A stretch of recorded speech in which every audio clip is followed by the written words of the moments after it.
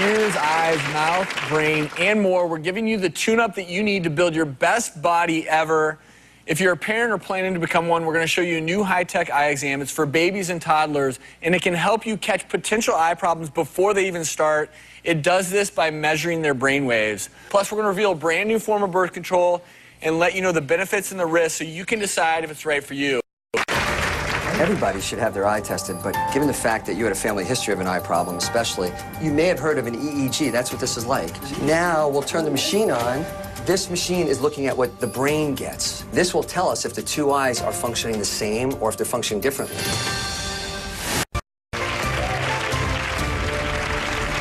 Could your baby be at risk for a potential eye problem without you even realizing it? Well, now there's a brand new eye exam. It measures a baby's brain waves. It can help parents spot a problem early on. John and Beth decided to have the test performed on their daughter Addison because of a concerning family history. Addie's dad had an eye condition that needed surgery, so that's a concern. My condition was superior oblique muscle palsy, but basically what that is it's a lazy eye. And in my particular case, it was very difficult to be able to tell and was not diagnosed till much later in my life. As a result of this, I developed a severe problem with my neck because of not being able to focus my eyes in a specific way, and then that ended up causing me to have a herniated disc in my neck. I believe that the condition my husband had is genetic. With a young child, it's difficult to tell because they can't tell you if they're seeing some double vision, so you might not know. I hope that there is no trouble today with Addie's test. If there's any damage there, we will further test it and get it corrected. Hey guys, good to see you. You ready to go back there? You ready? Come on, let's go play. Guys, you know what we're here for. We're going to test Addie's eyes. Everybody should have their eye tested, but given the fact that you had a family history of an eye problem especially, this becomes really important. We're going to use this really cool machine that's going to show her a video. And then in between the video, there'll be black and white lines. That's when the test is really taking place. And then the video comes back just around the time she would lose attention. So we're going to hook on the electrodes. You may have heard of an EEG. That's what this is like. Oh, boy. Yay! Now we'll turn the machine on, and we'll see if we can get Addie to pay attention to this. This machine is looking at what the brain gets. This will tell us if the two eyes are functioning the same or if they're functioning differently. Bit by bit, she's going to see smaller and smaller black stripes. When she reaches the limit of what her brain sees, we know we've got it. She's doing a fabulous job looking at the TV screen. Great, we're all done. Addie did wonderfully. Now the only thing we have left are the results. John and Beth are here with little Addison as well as Dr. David Granite. He's a pediatric ophthalmologist from UC San Diego. Welcome to all of you and Dr. Granite. So first things first, Jim, if you're screening someone in your office, minimal technology, what are you going to do? You know, as a pediatrician, we're kind of limited to what we have. We have our little flashlight that, you know, these things are, what, 50 years old? Yeah. And we try to look in their eyes, and of course the babies usually won't cooperate. They're looking all over the place. You know, maybe use our fingers to track, and, you know, and we've got the eye charts and stuff, and of course, you can't tell me if you see any of that, can you? And that's the problem. We don't know if the eyes are communicating with the brain. And so that's a problem with kids before they can talk. But that's where something like the EEG comes into play and what you did with Addison in the office. Absolutely. As Dr. Shears was saying, these kids around 2, this is not the time we call it the terrific 2s, right? I mean, this is a hard time to examine someone. Addie's awesome, and she let him look. Yeah. But only about 1 out of every 3 kids ever gets checked because it's so hard. So our job was to give new tools to the pediatrician to allow them to check what's going on with the eyes and the brain. She loves those and so what cards. you did is you had Addison looking at pictures while she was hooked up to what's called an EEG, which is an electroencephalogram. And one of the things that I want you to look at, this is an animation of an optic nerve. And what happens is the optic nerve travels from the eye and sends a signal to your brain if it's working properly. And that's essentially what you're measuring, is that signal that should be working equally in both eyes, right? Yeah, absolutely. The eye is just a camera. And then you have to get it back to the CPU back here, the central processing system, the computer. You need a cable to connect.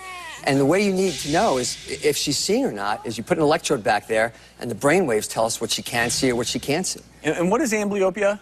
Amblyopia is when the brain isn't using an eye. You can imagine, for example, if I needed glasses in one eye and not the other, or the eye looked over to the side, your brain would say, the heck with it. I'm not going to use that eye and only use the good eye.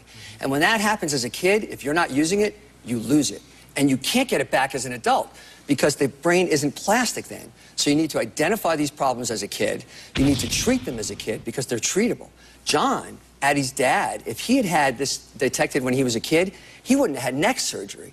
Imagine he had spine surgery for a problem that if it was detected at this age, never would have happened. Yeah, I think there's 4 million people out there that are blind in one eye because of amblyopia, because it didn't get caught soon enough. That's absolutely right. About 100,000 kids a year. Yeah.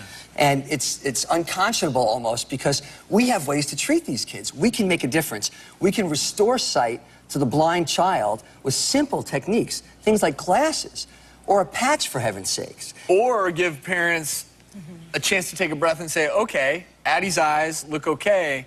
And that's one of the big things we did. Were her results normal? Were her results abnormal? Yeah, and her parents don't know yet. I think that we have a picture we're going to show of her results right here. And this is what it looks like when you look at those black and white little stripes. These are the big stripes, like that big E on the eye chart, and here are the little stripes. And this is someone who's normal. You can see the right eye and the left eye here in different colors. They work together. In Addie, we look at the right eye and the left eye, and you can see the left eye is doing great, even as those stripes got small, like the little letters on the eye chart. The right eye didn't do as well. And so that separation between the two eyes tells us that Addie actually may be really having a problem in her right eye. But Dr. Granite, this is a screening tool, though, right? So this doesn't tell us, oh, there's something wrong with her eyes. It's more, there could be something wrong. We need to take a closer look. Absolutely. Right? This is a screening test, like a mammography or a hearing test. It would be, imagine if you were 5 years old and read the eye chart and you had trouble with one eye, you wouldn't know what was wrong, or even if something really was wrong. Sometimes kids just don't do their best when they take the test. So what this means is that she should have an eye exam, a full-blown eye exam.